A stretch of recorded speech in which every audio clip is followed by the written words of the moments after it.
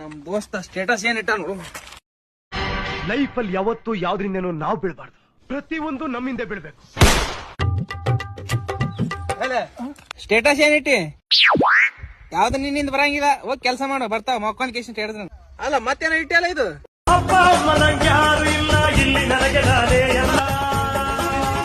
ಅಲ್ಲೇ ಅಪ್ಪ ಅಮ್ಮ ಅದಾರಲ್ಲ ನಿನಗ?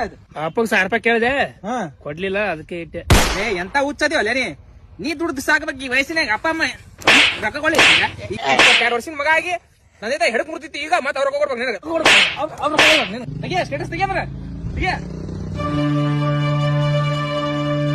ಮತ್ತ ಹಾಕೇನ ಒಟ್ಟು ರೈಲ್ವೆ ಡೆಬಿ ಮಾಡಿಟ್ಟಿರ್ತಾರ ಸ್ಟೇಟಸ್ ಅಂತ ಒಳಗೊಳಗೆ ಸ್ಕೀಮ್ ಆಗ್ತಾರೋ, ಒಂದೇ ತಟ್ಟೆಲ್ ಅನ್ನ ತಿಂದು ಮೂಡ್ತಾ ಇರ್ತಾರೋ.